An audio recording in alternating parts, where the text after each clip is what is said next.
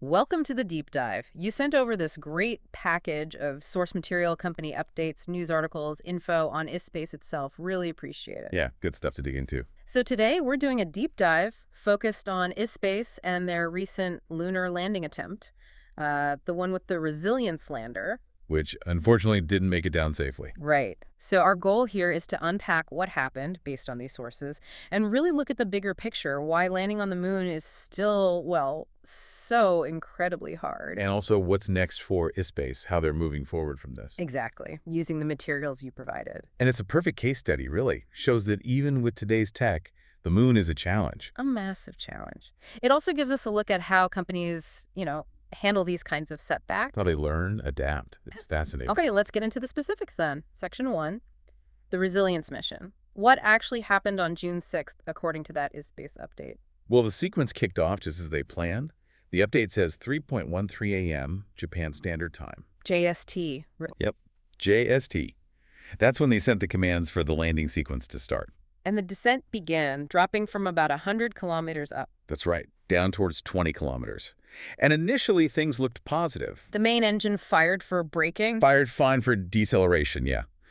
And they confirmed the lander's attitude, its orientation, was almost perfectly vertical. So far, so good. Okay, but then the critical point.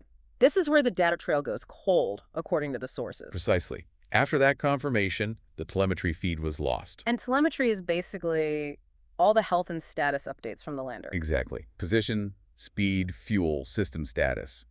Everything. Without it, no way to confirm a soft landing. But they did get some data just before losing contact, and that pointed to the problem. Yes, that last bit of telemetry was crucial. It highlighted an issue with the laser rangefinder. The sensor that measures the distance to the surface. The very one. Yeah. Vital for knowing your altitude accurately during landing. It seems it started having delays. Delays in getting readings back. Valid readings, yes. It wasn't providing timely, accurate distance data. And the consequence of that delay at that critical moment. Well, the sources are pretty clear. The lander couldn't use that delayed data to properly calculate how much braking it needed. So it didn't slow down enough? Didn't reach the very low speed required for a gentle touchdown. Meaning? Meaning the assumption, based on that lack of deceleration and the total loss of signal, is what they call a hard landing. A hard landing, which is code for crash. Essentially, yes. Yeah. Impacting the surface too fast, causing catastrophic damage. Did they try anything else? The update mentions one last try, sending a command to reboot the systems. But nothing. No response. Couldn't reestablish communication. And the material quotes the Ispace CEO, Takeshi Hakamada. He stressed analyzing the data, finding the root cause. And also, importantly, working to restore trust with stakeholders. That's key after something like this. So eventually they had to conclude the mission was over, communication wasn't coming back. A tough call, but the only realistic one at that point. And this specific incident, this resilience attempt, it really feeds into that larger conversation, doesn't it? Absolutely. It underscores the point made in the sources about the sheer difficulty. Let's zoom out then. Why is landing on the moon still so incredibly hard? We did it decades ago.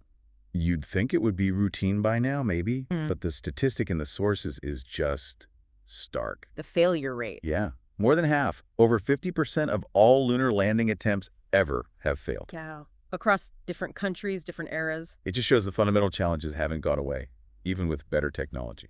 Okay, so what are those fundamental challenges? Distance has to be one. Oh, absolutely. It's roughly 250,000 miles, 402,000 kilometers, give or take. The car analogy in the source was great for perspective. Driving at 60 miles per hour, it would take over 5 months, nonstop. And resilience actually traveled further than that. Yeah, because it used a low-energy trajectory.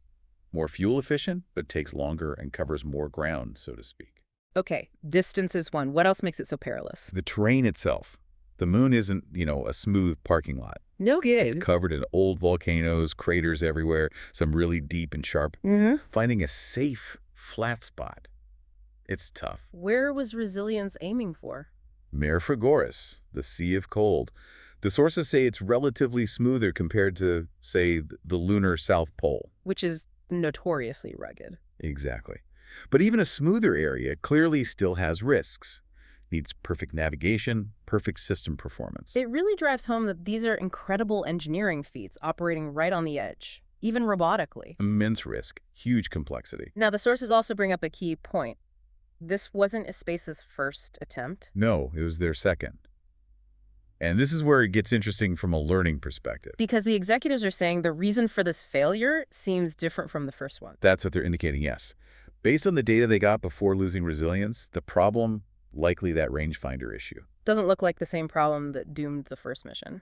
Exactly. Their first lander, Hakuto-R, back in 2023. What happened there again? Refresh our memory. That was attributed to a software error, according to the sources. It basically got confused about its altitude. Thought it was lower than it was. Right. It miscalculated how high it was during the final descent, effectively thinking it was on the ground when it was still airborne.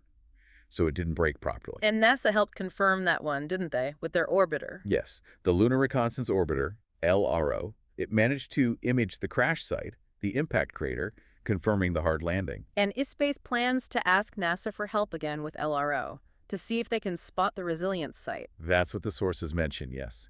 Imaging Mare Frigoris, where resilience was headed, could provide more clues. There's a specific quote from Ispace's CTO, Ryo Uji. Ah, yes, saying the data they were looking at from resilience. It wasn't exactly the same as we've seen from the first mission. Reinforcing that point different failure mode? And from an engineering standpoint, that's actually, well, it's painful, obviously, but it's valuable. Learning from different mistakes helps you build a more robust system next time. Precisely. Each unique failure gives you new insights, helps you refine designs, software, procedures, testing, everything. It's a hard way to learn, but essential. Which seems to feed directly into iSpace's whole philosophy. The sources really emphasize their commitment. They are not giving up. Fits right with their motto, never quit the lunar quest. And CEO Hakuto even brought up SpaceX after this attempt. Yeah, that comparison is telling. It puts this into context. Remind us about SpaceX's early days. Rough start. Their first rocket, the Falcon 1, it failed on the first, second, and third attempts. Brutal. Only succeeded on the fourth try. Fourth try, 2008. And the story goes the company was basically on the verge of bankruptcy at that point. Wow, it really shows the persistence needed in this field. High risk, high potential reward, but requires deep pockets and a strong stomach for setbacks. And speaking of deep pockets, one detail really stood out from the sources about the funding for the next mission. Ah, yes. The CFO, Junpei Nozaki, He confirmed before Resilience even launched. that they already had the money secured for a third lunar landing attempt. And that funding likely wouldn't be affected even if Resilience failed. That's huge. It shows serious long-term planning and investor confidence, even factoring in potential failures.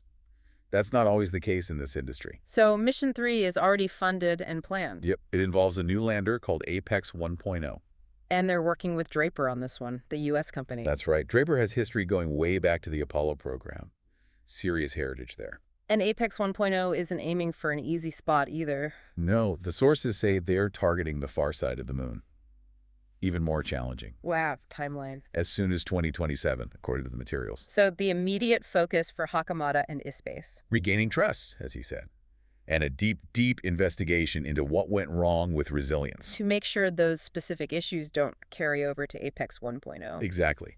He was quoted acknowledging the seriousness. This is our second failure. We have to really take it seriously. You have to respect that directness. Absolutely. And the sources also touch on their bigger vision, right? Expand our planet, expand our future. Right, specializing in landers and rovers, aiming for frequent, low-cost moon transport. With the goal of extending human presence and creating a sustainable world. They're quite global, too. Japan, Luxembourg, the U.S. Over 300 employees. So let's connect this back to you, the listener. Why does drilling down into this specific attempt, this failure, matter? Well, I think it really hammers home that something like landing on the moon, which might seem almost routine in sci-fi, it's still very much cutting-edge engineering. Full of trial and error, big risks. Definitely. And understanding these failures, like a specific technical issue with the rangefinder, how Ispace is comparing it to their last attempt, how they're already funded and planning the next one based on these hard lessons. It gives you a real window into that process, doesn't it? The messy, difficult reality of pushing boundaries. Exactly. It's not clean, it's not easy, but it's how progress happens in space exploration. Okay, so here's a final thought for you to chew on, building on all this. We've seen the high failure rate historically. We've seen Ispace face two distinct, tough technical challenges. Yet their commitment and that of others in this field seems unwavering. So, what does that persistence tell us about how these companies weigh the scales? The huge risks and massive investments on one side. Versus that ambitious long-term vision of actually accessing the moon, maybe using its resources on the other. It's a fascinating balance. Something to think about. So, quick recap.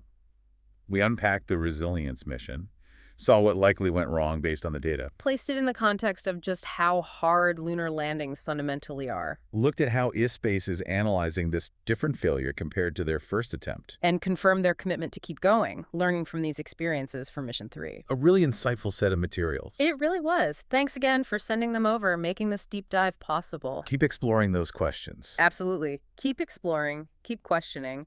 We'll see you on the next deep dive.